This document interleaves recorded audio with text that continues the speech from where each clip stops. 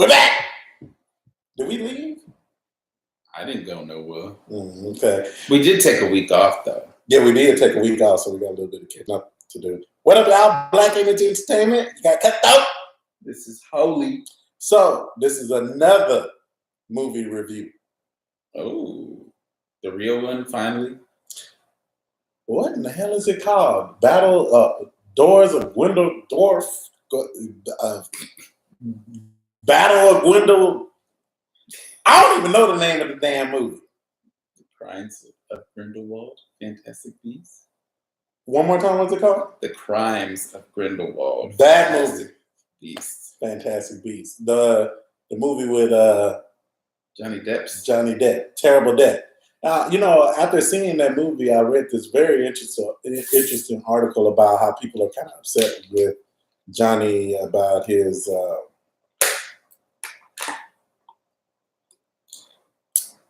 he's been having some challenges lately. And apparently, I guess he's been accused of domestic violence, and then, of course, he hit the director and cussed him out, talking about he was Johnny Depp and all this other kind of stuff. And people he's losing castability in Hollywood. I didn't really even know any of this was going on, but one of the articles that I read said that they heavily considered removing him from the Fantastic Beasts series because of all this controversy surrounding him. And a lot of people actually didn't go out to see the movie in protest to Johnny Depp, which I didn't know it was that serious. Yeah. I was like, okay, if you say so. So, as promised, I watched the movie, The Fantastic Beasts, before going to see Crimes of Grindawald. Yes. Wald. So, for me, I barely made the marker. I think I finished the movie like maybe 45 minutes before we went to go to the theater. Damn. Then I was speeding to the theater. And it still was late. Yeah, and I was still late. Yeah, that's true. That's true. And then we got to see the new Black.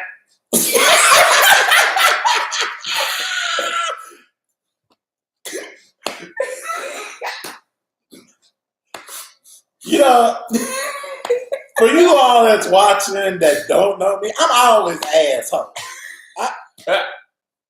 This is not an act, y'all. I'm just always an asshole. So, So here's the inside joke.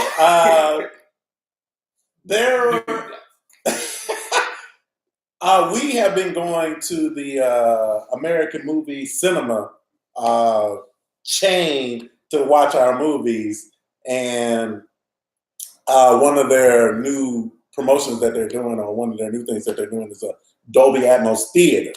And during every preview before the Atmos movie starts, they have, this is the regular standard theater Black. This is Atmos Black. And, come on, y'all. Really? Do we really need a new Black? The regular Black wasn't enough? Now we got to new Black? Anyway, I'm not going to go on my little tangent about that. But, yeah, they had the new Black. The new Black. The new Black. That's what we saw. But the new Black has some red. Red in it.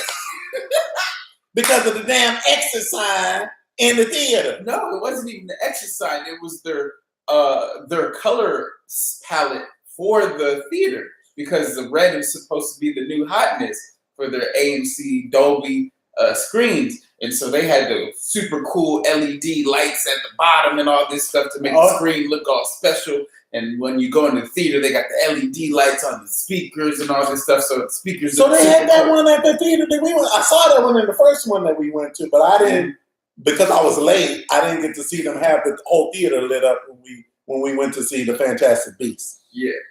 Okay. So they got those lights everywhere. So that new Black had a tinge of LED red at the bottom. The new Black has red. Well, I'm always wearing black and red, so I was, I'm like, well, now that I know the new black has red. But, honestly, I'm not all that impressed, So, and I want to go on another small tangent. Can I do that? I don't care. You don't have tangential anymore, so I guess you can be. I guess I had to take up with his role since he bailed out. Yeah, this was originally a 3-man show. Still haven't heard from that N-word. Anyway, moving on. So, I had a problem with the movie because I really didn't like the fact that we had 40 and 50-year-olds walking around with these damn sticks, pointing them at each other. I just couldn't get over that. I was like, I might just be too old for this shit. And to see these grown folks, and of course they're portraying characters and everything, but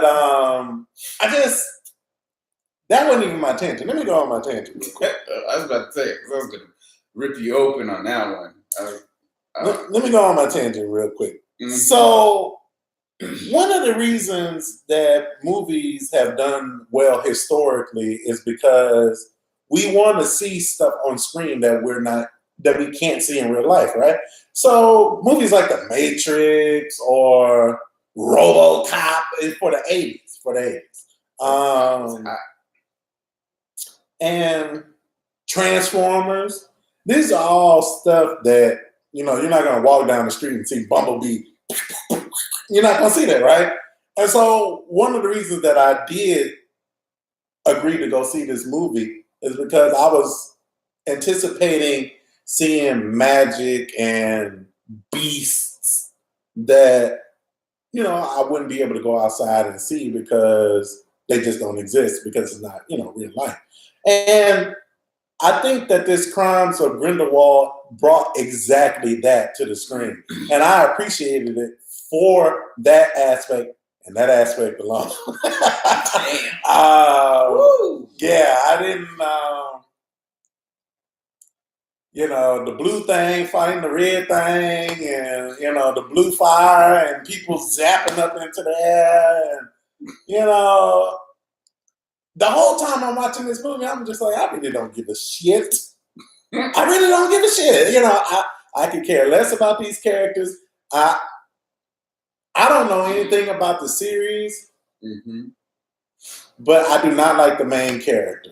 And I know that he's supposed to be playing a British that is kind of reserved in his film. I understand that he's bringing that to the screen. I don't like it. I'll give you that because that was one of my major issues with the first one because that made the first one really hard to watch. Yeah, and I can't say that I truly enjoyed the first one, but then that also goes with Harry Potter because I know you really haven't seen that, but the child acting in Harry Potter was kind of nails on chalkboard at first before they really started to get into acting. So I saw the second Harry Potter first and then had to go back and watch the first one.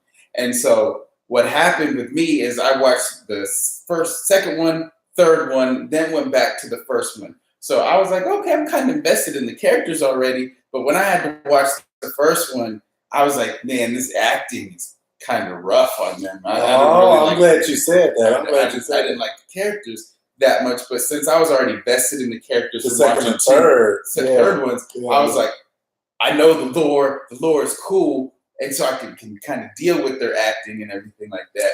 But when I watch the lore, if you watch the first Harry Potter series, the lore that they were actually fleshing out and expanding on and giving you more detail, you would probably have a little bit more grasp onto those. That would have a little more gravitas. But also watching it as definitely the first one as being your intro to Harry Potter, world would be kind of rough. Yeah, it was definitely rough. It was some of the best sleep I had. would be very rough, and I will definitely give you that. But as it builds onto the lore, it did a really good job, and I really like how Johnny Depp wasn't what he's turned into, a caricature of himself, where he's basically been Captain Jack Sparrow for the past 30 years. I disagree. What? I disagree. Oh, how so? The whole entire movie, I just wanted him to give it to me. One time! Just once! That's just because you're used to it. He wasn't acting like it. Savi, he was acting like it. Not. No, he was not. This dude played a non-drunk Jack Sparrow. No, he didn't. Yes, he did. No, I'm not. I disagree. Savi. I was just waiting for it, y'all. I was just waiting. Give it to me one time, Johnny. Come on, one time. Just say it for me one time. But I just,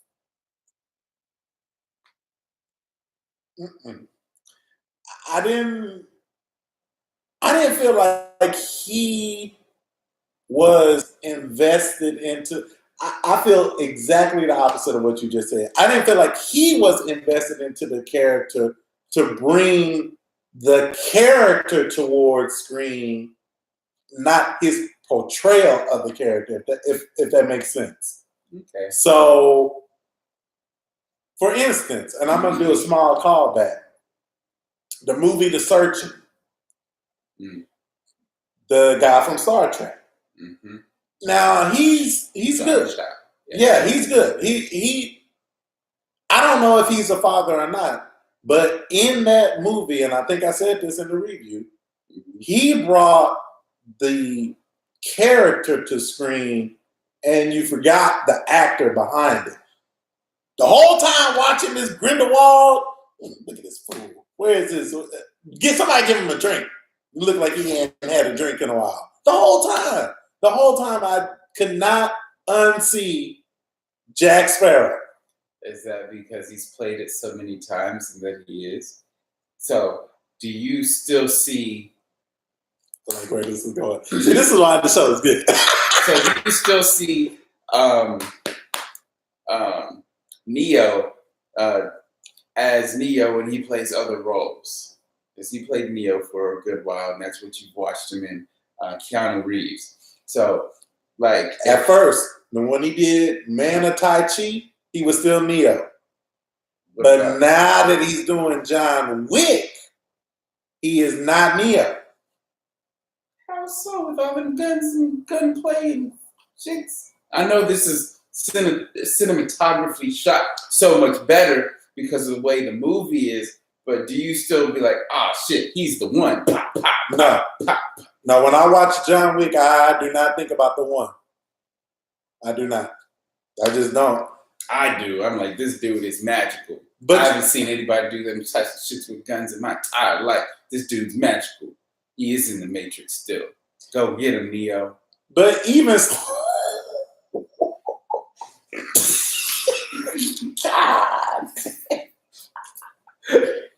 God dang, boy. Hold on. Basketball game is on and somebody just got embarrassed real bad. Real bad. They're going to have that on the top 10. Game's an embarrassment. But anyway. I did not see, I'm trying to think who else suffers from that. I think Denzel suffers from that. I think Denzel quit acting after, which one came out first, Glory or Philadelphia? Glory came out way before. I think he quit acting after Philadelphia. And this is not a slap on Denzel at all. Well, hold on. I take that back. I'm sorry, y'all. He quit acting after Hurricane. That boxing movie. He quit acting after that. And I love Denzel. I love all of his movies. But Do you like Denzel, Virtuosity? yeah, I did. I like that. Yeah, I did actually. I didn't know you liked that movie. I thought I was one of the few people that liked that movie. That movie a lot. Yeah, with Russell Crowe? Yeah, that was a good movie. That's old. That's old, but that's a good one. But Denzel just played one character in all his movies. Now, Denzel did a great job as a bad guy in Training Day. You know, who you think did the better bad guy, Denzel or John Travolta?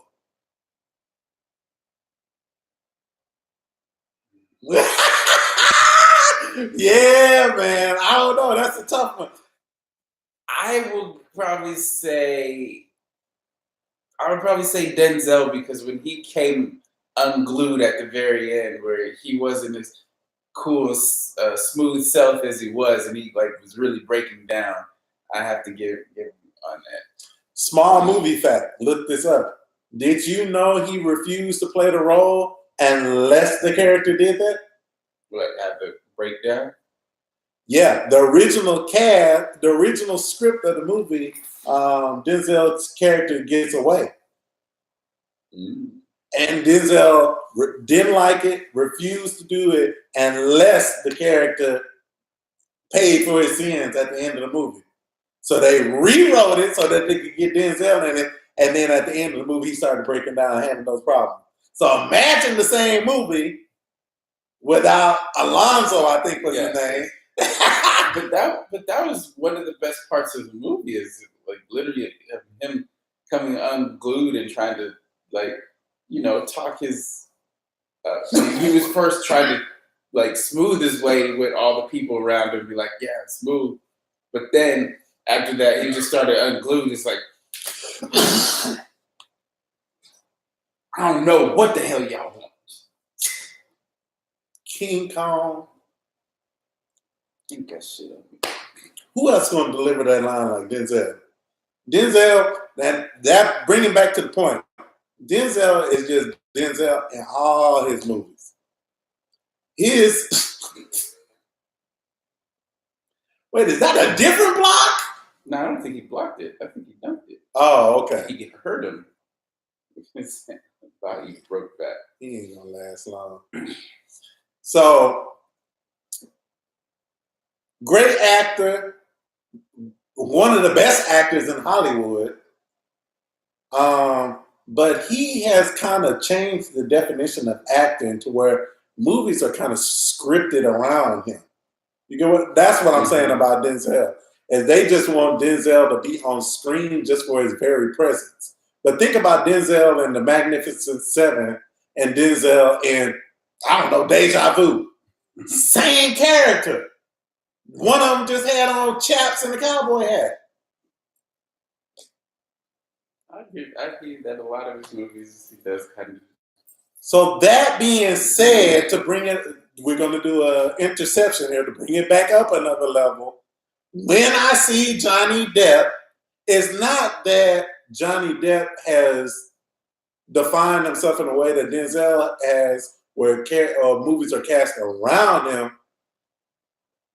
Maybe you're right. Maybe he just became Jack Sparrow because that's all he did for so long. But then, if I'm really thinking about it and be honest, can't we say that Edward Scissorhands was just a non-talking Jack Sparrow? Nah, because Edward Scissorhands was very rigid, very not flowy. He was very rigid and constricted in his movements. So I would say no. Okay, all right. I was reaching with that one. Yeah, I need to go back and see. But if you saw the Lone Ranger or whatever, that was just an Indian Jack Sparrow. It was just god awful. Oh, you didn't have to bring that up. So overall, Grindawald gave me the visuals that I was looking for in the movie.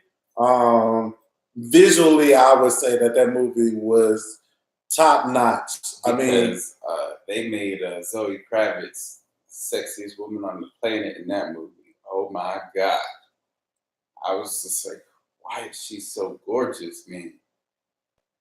I've had a crush on her for a while. I'm ashamed to say how long I've had a crush on her. I'll just say it wasn't legal back then. I've had a crush on her for a while, man. That girl always been pretty. Oh man, she just looked amazing. Yeah, they had her They did smoking hot in that movie.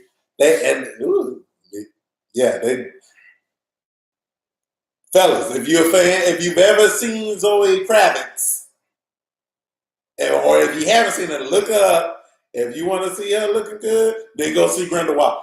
I would pay to just go see her in the movie. And what I will give them credit for is they didn't sexualize her. She was just gorgeous. Good point. Good point. I'm glad you said that. That's a very good point. They didn't have her all slutty to be gorgeous, or half her nipple hanging out, or even half her ass hanging out. They just had her classy, elegant, hair did. She was just gorgeous. I was like, wow. I think even your girl was like, wow. I think even she was like, wow. Basically. Yeah, she looked real good in the movie.